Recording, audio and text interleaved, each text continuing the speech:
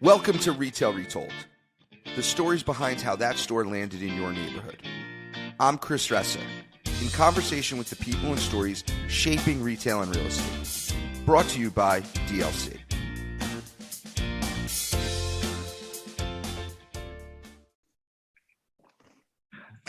So we bring on, for lack of a better word, we bring on a lot of people that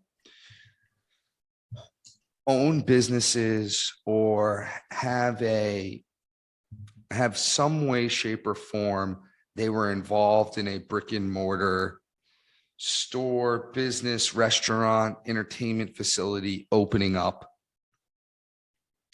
and they tell the story. And I heard about your story about, going through COVID and opening up your restaurant. I thought it was a great story, and that's why I reached out to you. So typically what we do is I'll start off the show and I'll introduce you. I'll say, welcome to the show. Then you'll tell a little bit about who you are and what you do. Then we will have a conversation about your take on what's going on in the restaurant industry. All right. And then you would tell the story about how you opened your restaurant in LA and how it was not easy and all the good, bad, and the ugly with that. And we'll be done. That sounds great. So I would say it'll be 30-ish, 35 minutes, not too long. But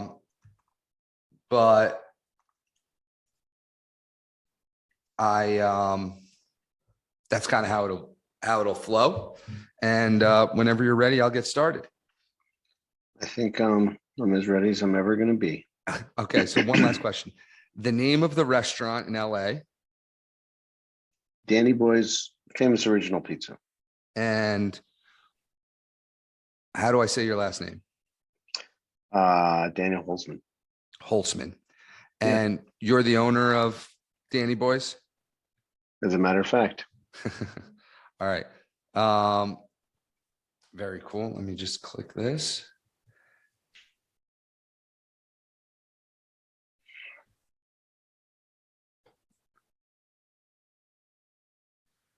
All right.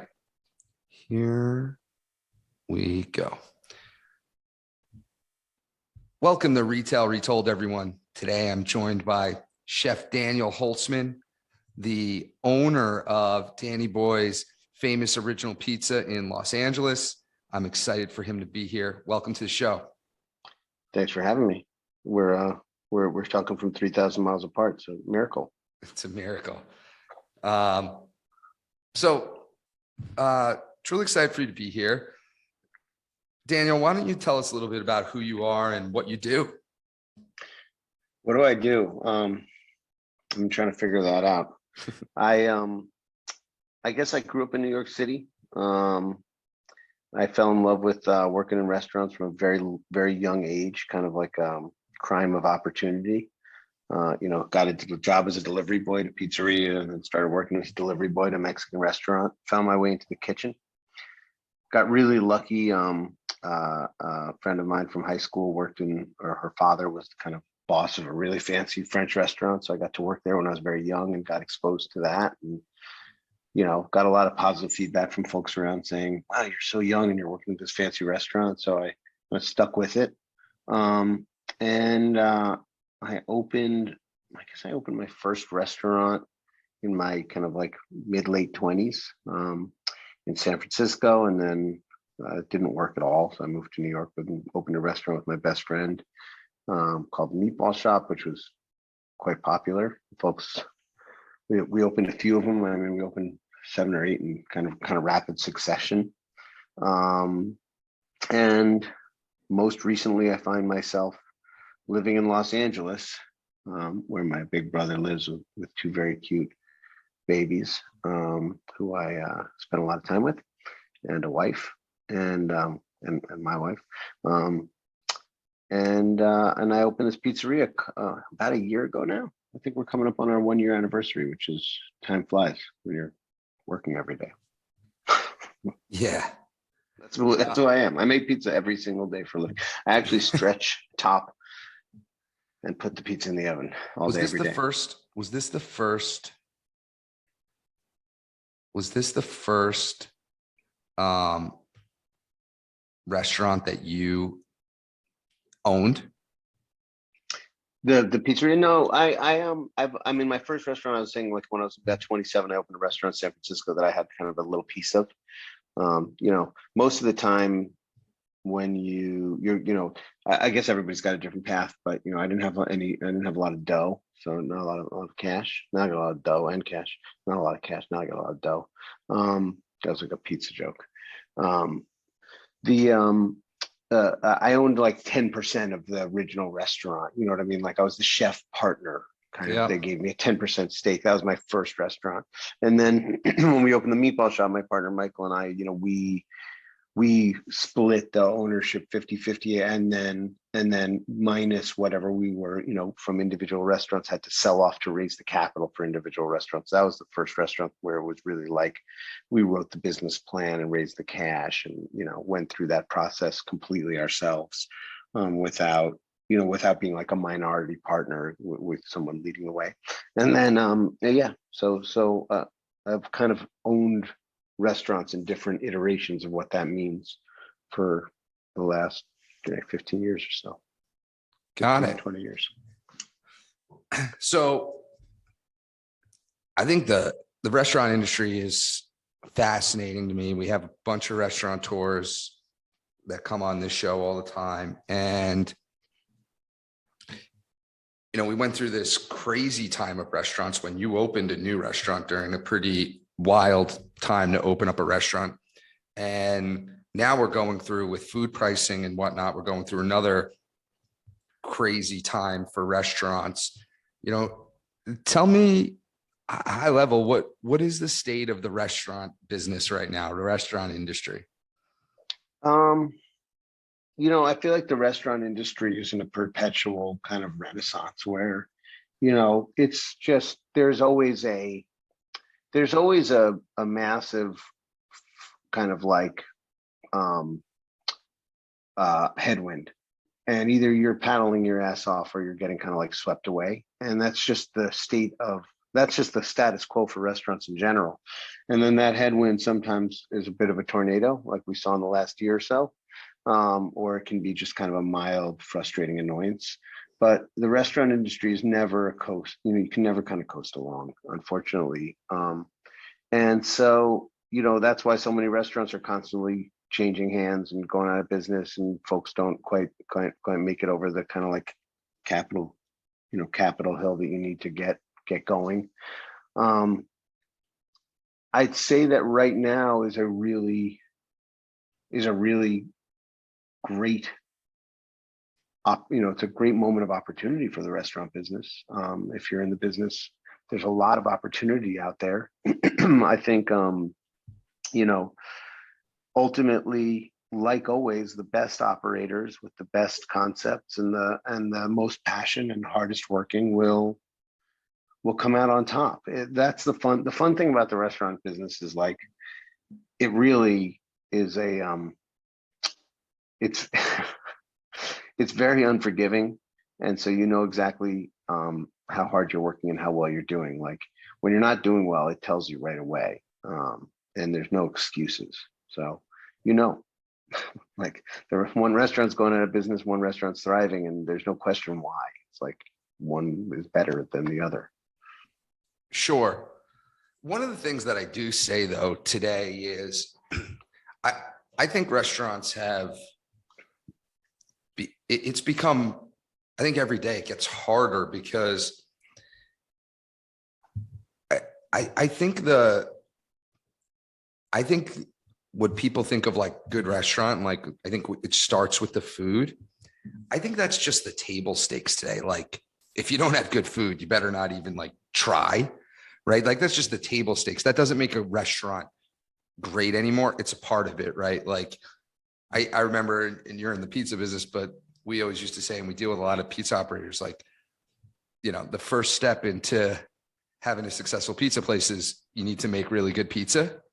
And I think there's still a lot of truth to that, but I also think it's more than that now, right? Depending on what sector of restaurant you play in, whether that's on the higher end and it's really about the experience, whether it's on, a lower end and it's really, about the convenience, or the tech enabled restaurant. There's a lot of different things happening in the restaurant. And one of the things I keep coming to is it's not just about the food anymore. I don't disagree with you, although, it's hard because I'm 43 years old. So, my, I don't really have like 1,000 years of experience or 100 years of vision to kind of see exactly what it really was like to have a restaurant in the 40s or the 50s or the 60s. What I can say is that more people eat at restaurants and fewer people cook at home than ever before. So there are more customers, and that's definitively a good thing. I think that the way that people interact with restaurants and eat and choose restaurants has changed really quickly. And so there's been a big adjustment, which we have to kind of understand. And I think that for a lot of, what I like to say is that, like, look, man, for the last, 2 years ago, what I said was, for the last 10 years, the restaurant industry has outpaced population growth by 10 to 1. So like restaurant openings have grown faster. So, there were just more seats than there were asses to put in them. And that was, wow. Is that the stat? I've never heard that stat before. That's what I heard. And I've regurgitated. I haven't actually done the math, but like in the I guess the early 2000s, something like that, mid 2000s, you started to see capital infusions into restaurant groups that didn't happen before. Like, back in the day, a restaurant was kind of like not a worthwhile investment. So folks wouldn't consider putting, what do they call that capital? There's a word for it. It's just early in the morning, so my brain isn't quite working. But you couldn't get, like, private equity or bank loans, or, that was just considered too risky. And then, a couple of events kind of changed all that. We started to see that there was an opportunity where the, like, McDonald's of the world, the big kind of like big groups started to lose their foothold, and maybe the people started to want other options. There was like a big artisan movement where a lot of folks were talking about like handmade artisan craft, and so kind of like the bigger companies started to lose popularity, and there was this opportunity for the smaller companies to start to kind of grab up some market share.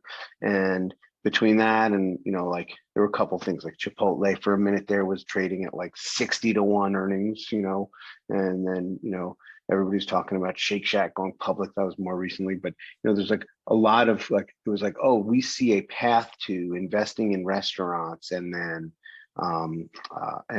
seeing that 5-10 year capital horizon where we get a lot of cash out, so it's worth putting it in. And then all of a sudden everybody's getting a lot of money, with the caveat that they got to open a bunch of restaurants, and they've got a private equity company on their board saying you got to take Main on Main for real estate. So they're fighting for the, and they're saying, well, I don't know if this is really sustainable financially for us to pay this top dollar rent plus these price increases, with the understanding that, like, you can't raise your prices in a restaurant you can't raise your prices at a restaurant consistently with inflation, the cost of living and inflation, and your cost of your rent increase. So you wind up slowly but surely kind of etching into your profit center. And that that became a big challenge, coupled with computers and credit cards, right? So like at the same time as that's all happening, you've got credit cards replacing cash for 80%, 70% of sales for most restaurants, right? And between credit cards and computers, the government knows exactly how much cash you're bringing in. So like I had a friend that had like 30, 40 diners in Jersey. And I was like, whatever happened to your diner business? He was like, taxes. All of a sudden we had to start paying taxes because, the restaurant business wasn't always 100% above board business. A lot of folks were, even the top kind of like tier restaurants were the waiters weren't claiming their tips as as income for income tax purposes. So they were getting paid 25-30% more than they took a 25-30% pay decrease when they started having to pay taxes, which happens when you have credit card and computer transaction details. You can see exactly how much money came in. The government wants it. So like all of a sudden you've got people paying higher rents. You've got the government taking a bunch of cash that they weren't taking before, whether they should have or not. And then the shift towards all of this happened because people started replacing their home cooked meals with these restaurant meals. So restaurant, like when I was a kid, even was a special occasion meal, or like only rich people went to restaurants. And then, or it was McDonald's. Then all of a sudden operators came in and said, well, wait a second, like people don't want to cook at home. We can make inexpensive meals that are good quality to replace it. So that was great. And people stood rest. There was like this giant proliferation. And then the apps happened and all of a sudden people just stopped going out very suddenly. So it was like a lot of restaurants that are operating on a very thin margin, and then the app people stopped going out. And so the whole thing kind of was really a house of cards that was starting to teeter right before the pandemic. Before the pandemic, we were all sitting around going, this is not sustainable. The restaurant business is not sustainable. The profit, it used to be gold standard profit was 20%. And then everybody was talking about if you can get 8%, you're in great shape. And obviously there are exceptions to the rule, but like, if you're a betting man and you're opening a business, like, you want to bet that you're going to be in the top 3%, and that's the only way you're going to survive. And otherwise you're going to be shoveling shit. Well, I have a lot of confidence in myself, but like I also don't love shoveling shit. So that's kind of where we were a few years ago. So I think that the pandemic, while it was obviously devastating and tons of folks had, forget the loss of life, but also just, it just devastated so many people. So I don't want to say it was a good thing, but certainly the restaurant industry, it was not the only reason that the restaurant industry needed or had a resizing rebirth, but it was a catalyst that, or it was, it was the last straw that broke the camel's back on a resizing that was happening. It was happening either way. It was just a little faster because all of a sudden, then really nobody came out to restaurants and we had to close. Got it. Basically, it's a shit business. It's just a shit business. And I think about it every day. I love working in a restaurant. I love it. I have so much fun. I love my team. I work with great guys. They're just, I have a group. I have fun at work. I eat delicious food. I feed people. They have a great time. My customers are happy.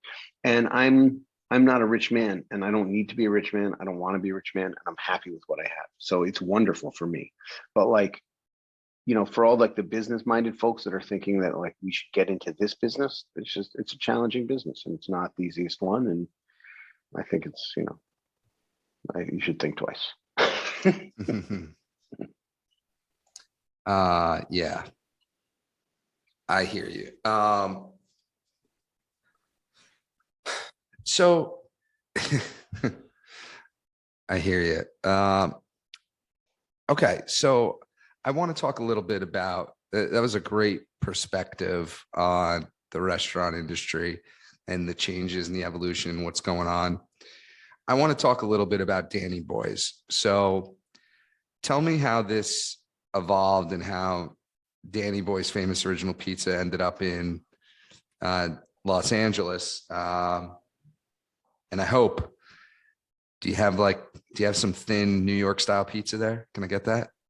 We have, yeah, we have what I would consider, like, when you think about food on authenticity is a weird word with food because it's constantly shifting. So I think authenticity, you have to like pick up moment in time and say it's authentic to this space and this time.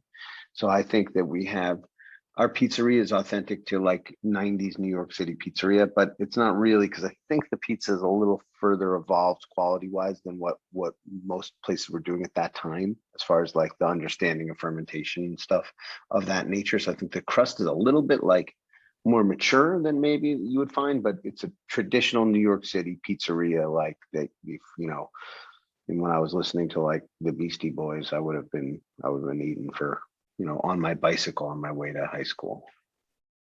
Got it. Okay. So give me the story. How did Danny Boys, give it to me everything. What were you doing and how did Danny Boys end up opening?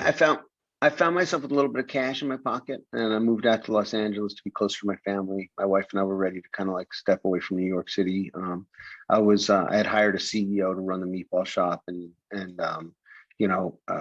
it was tough for me to have been so intimately in control of a business and then all of a sudden kind of give up control and not be tempted to micromanage. So I thought a little bit of space was in order. There's also a bit of challenge with just the politics of New York City opening a restaurant. I needed a change of scenery. LA is a more difficult place to open and operate a restaurant than New York in my short experience, but it's a different type of challenge. And anytime there's a challenge, it's fun to learn and overcome. So like I needed a change of scenery.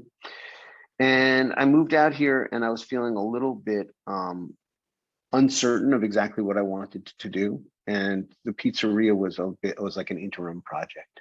It was like, what can I do that I was just running this business that had a ton of employees and I was kind of on a managerial level, three, chain members separate from the actual customer.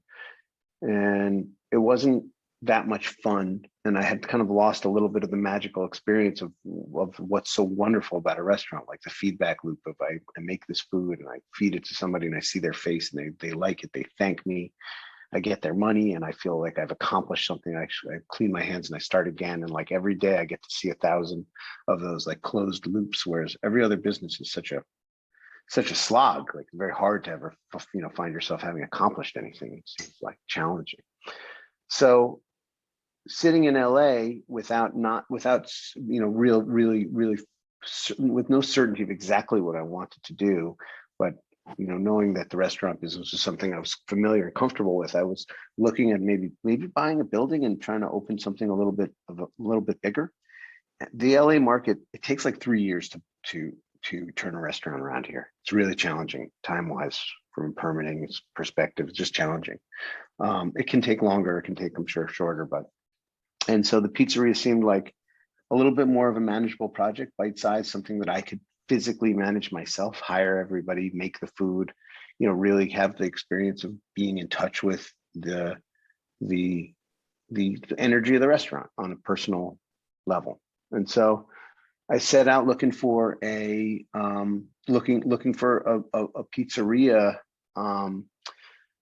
The challenge is that New York City supports the pizzerias because of the foot traffic, right? It's like it's just a slice. You grab a slice because it's a snack, it's a meal, it fills so many kind of purposes.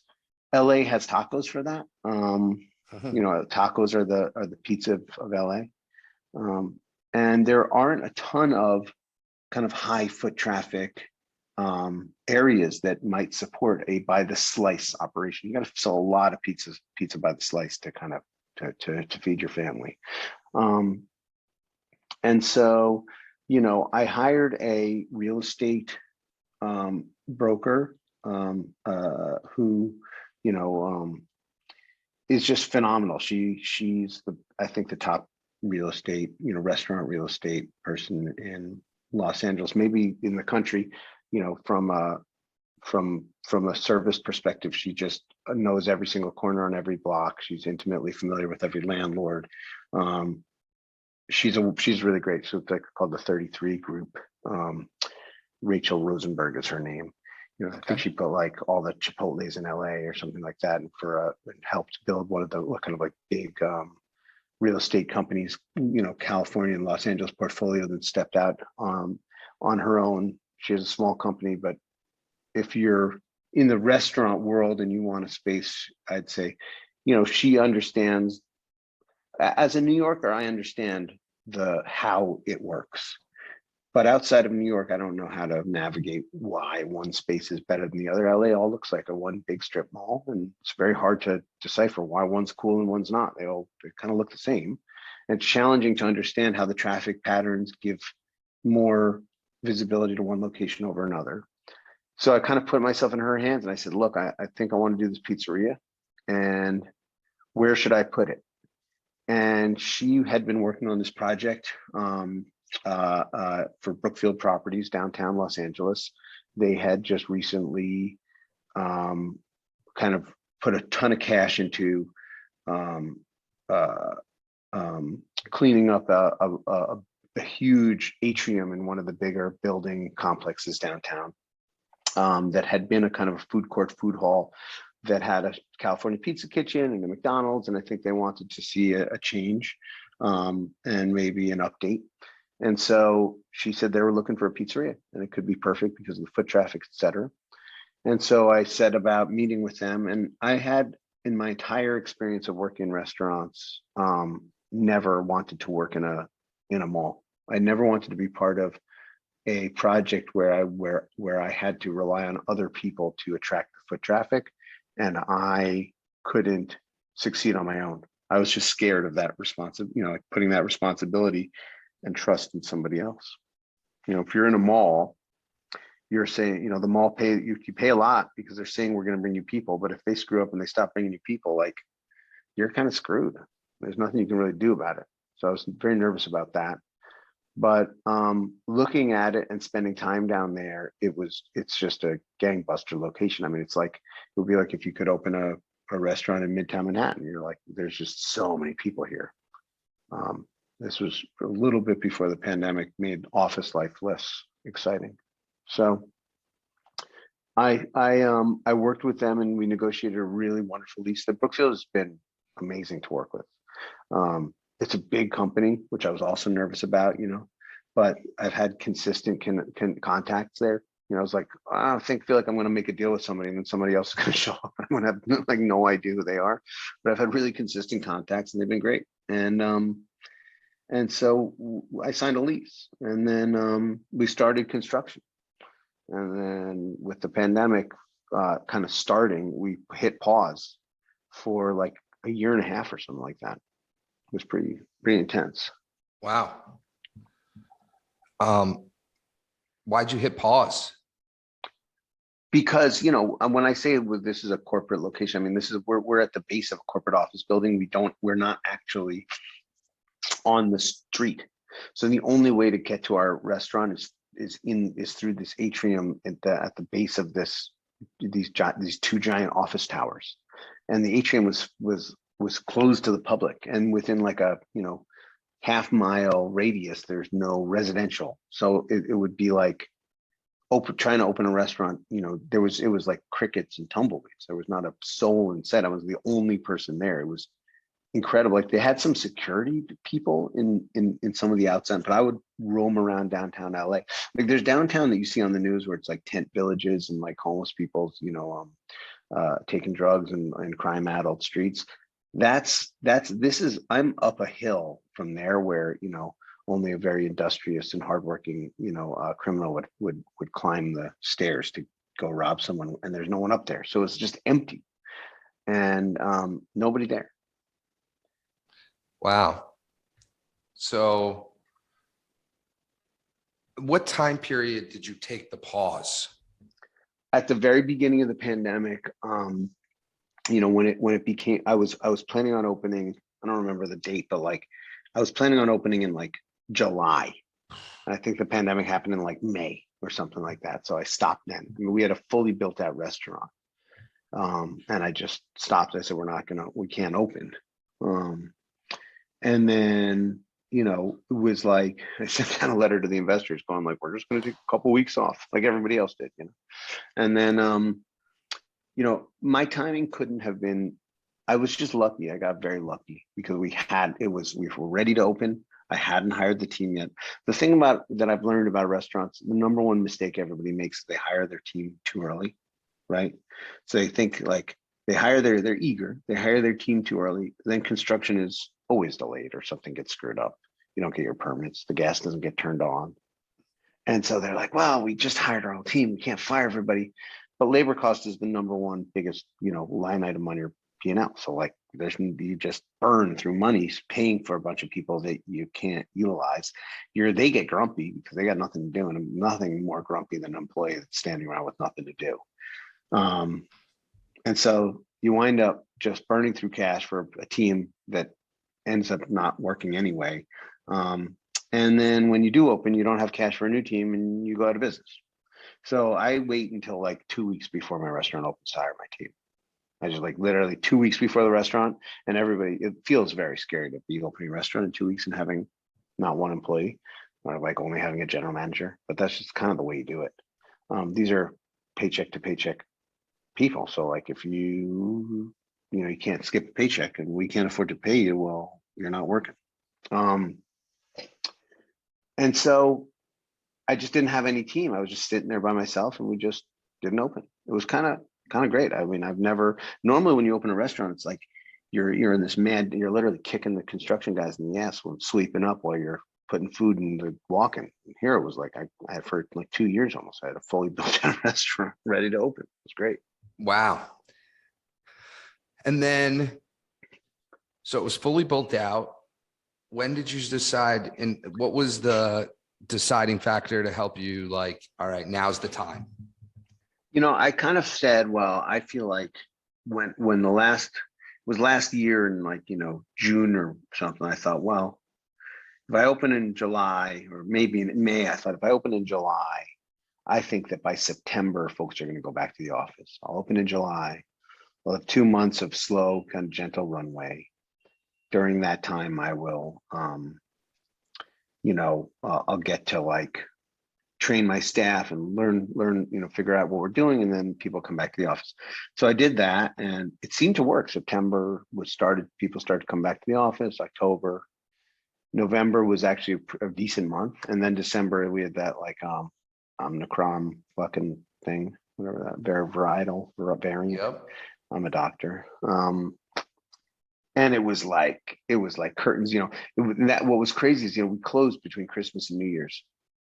And then I came and like we had staffed up through December because it was getting busier and busier. And I was like, okay, we're going to go into January. We're going to expand our hours. It's going to happen. And like we came back and it was just like crickets again, nobody there. So we had to, I had to consider to make some hard decisions as far as team members were concerned and really cut back to a skeleton crew. And, I learned early on in the restaurant world that we're constantly making excuses for ourselves and saying, well, when sales grow, we'll be able to cover these costs, and we're just waiting for sales to grow. But the reality is that if you're not profitable now, there's no profitable in the future. You just have to be really straightforward with yourself, and you just have to make it work at whatever numbers coming in.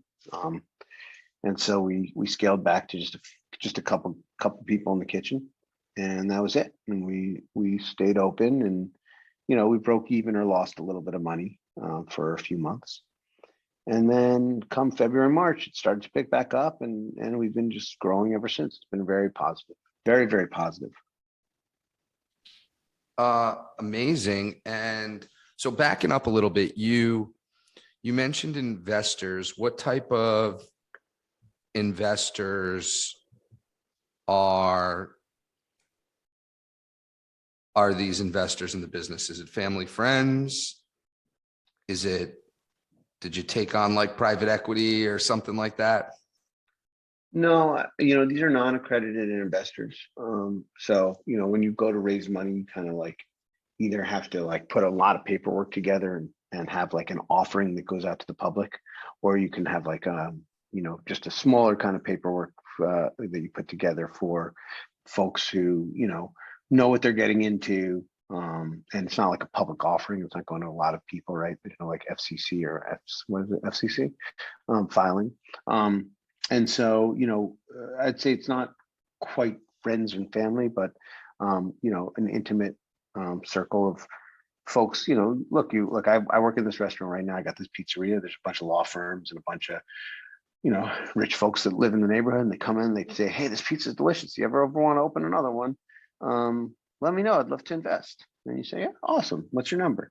You take their number down, and then when you're ready to do the next one, you call them up. And not all of them, a few of them come along. A few of the people that you worked with in the past come along, and I think there's a nice balance. Like, you don't want to have a huge group of people all giving you $10, busting your chops, but you also, it's nice to have the support of a team of people that can help you. Yeah, for sure. So that was getting started. You mentioned the tacos or the pizza of LA. You've been involved in a bunch of different restaurants, whether it was a French restaurant, meatball. Why pizza? Something that I love, that I'm passionate about, and something that I thought was underrepresented in LA was New York style pizza. I didn't see an example of the pizza that I remember from my childhood that I love and wanted. So I thought that was an underserved market for that. Something that was fun for me to learn how to make, really spend, when you work and you do something, working in a restaurant is a craft, right? And as a craftsperson, the goal is you gotta do it over and over and over again to get good at it. And there's no chance that you could do enough of it as a hobby to get really great at it without, I guess, being a crazy person. So it was just a fun thing to spend the time to learn how to make. I always wanted to, being a great baker, learning how to deal with dough, and it's fascinating. It's spectacularly fun. It's as close to alchemy as you can get.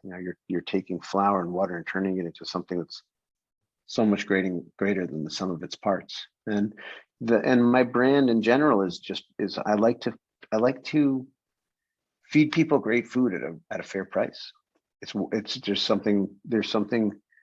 I didn't have a lot of dough as a kid, and my pop was a woodworker, and we had to go through the service entrance of buildings, and I hated being a second-class citizen and not having access to great quality, and watching the folks, the haves, have so much more than the have-nots. And pizza's an opportunity where I can say, listen, like, literally, I can pay, you can pay me the same amount as the firemen and Bill Gates get to pay the same amount and get the same quality, and it's both, and it's best in class, and that's wonderful. Excellent, man.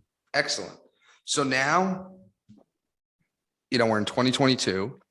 The restaurant's still doing well.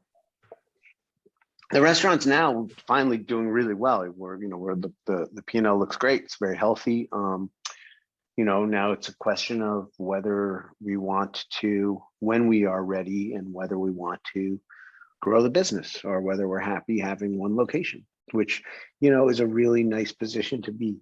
When you take the capital from an outside source, you're pressured because your interests aren't always aligned. As a restaurant owner, I can make whatever it is, of reasonably fair living, certainly by most Americans, a really good living, standard living, from one restaurant. And I can work there, and I can have a nice life, and I can push myself and open another one and make more and have more fun. But challenges come with that. And then when you have institutional money behind you, you don't really have a choice, because their interest is only fulfilled if you grow fast enough to outpace their investment horizon, which is a challenge. So it's nice to be in a position to say, I'm in a position where I can open another one, and I might not want to. So that's kind of fun. Very cool. So that said, are you still invested in the restaurants that are San Francisco, the East Coast, or are you out of those? Yeah, No, I have a piece of them. Absolutely. Absolutely. And do you think there's opportunity for more Danny boys? Yeah, I think that there's definitely opportunity. I mean, I know that there's opportunity for it. I think that without, I don't want to be like a braggart or anything. I'm very, very proud of the quality of the product we're putting out. I think it's best in class. And I think that it's recognized that way already. I mean, people are really, really, really offer a lot of positive feedback. The pizza business is a business that works. It works in all economies. It works it works for delivery. It works for dine in. It works in small towns and works in big cities. So there's no question that I would like to see that. I see that as an opportunity. It's just a question of what I'm trying to understand for myself exactly what I want to be doing every single day. I know I don't want to sit in an office, and so I don't want to put myself in that position. Excellent, man. Well, great story. Excited that the restaurant is doing well. When I'm in LA, I'm definitely going to get there. What's the hottest pizza right now? Is it plain pizza? What's the hottest pizza right now? The hottest pizza like genre right Yeah. now, I think the square slices right now. People are into the focaccia square slice with that double cupping pepperoni. That's the hottest pizza on the market. Interesting. That's where Prince Pizza in New York really put their flag in the ground and started to expand, and everybody kind of discovered this pan pizza, thick pan pizza, Detroit style pizza, thick, risen focaccia, double baked, a lot of cheese, a lot of pepperoni. Pepperoni pizza outsells cheese pizza 3-1 in LA. Wow. Yeah. Why is that? I think because it's absolutely delicious. And I think that the tradition of pizza doesn't exist in the same way as it did in New York. Pizza by the slice was invented in New York, so it's really a New York thing. New York has a special. And then as the Italian diaspora kind of spread out, they changed the taste of the pizza based on local taste and using local ingredients. And by the time it gets to LA, it's a big game of telephone. So there's been a lot of iteration between, and the folks in LA love pepperoni, and pepperoni tastes good, and there isn't like a pure there's no like New York is a little bit puritanical about its pizza. LA isn't. Got it. Well, listen, man, I've enjoyed hearing your story. It's funny you mentioned Brookfield. I didn't know they were your landlord. Know Brookfield pretty well, and we're smaller than Brookfield, but we're in the same business as Brookfield. So to give you some context of what I do.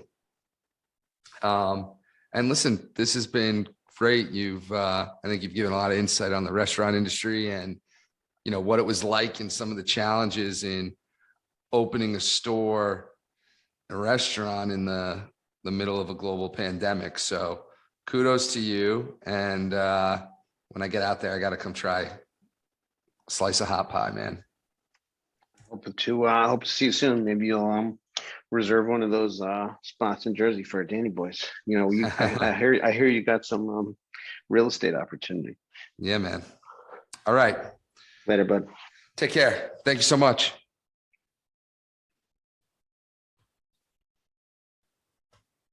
Appreciate you watching. Hit subscribe. See you in the next one.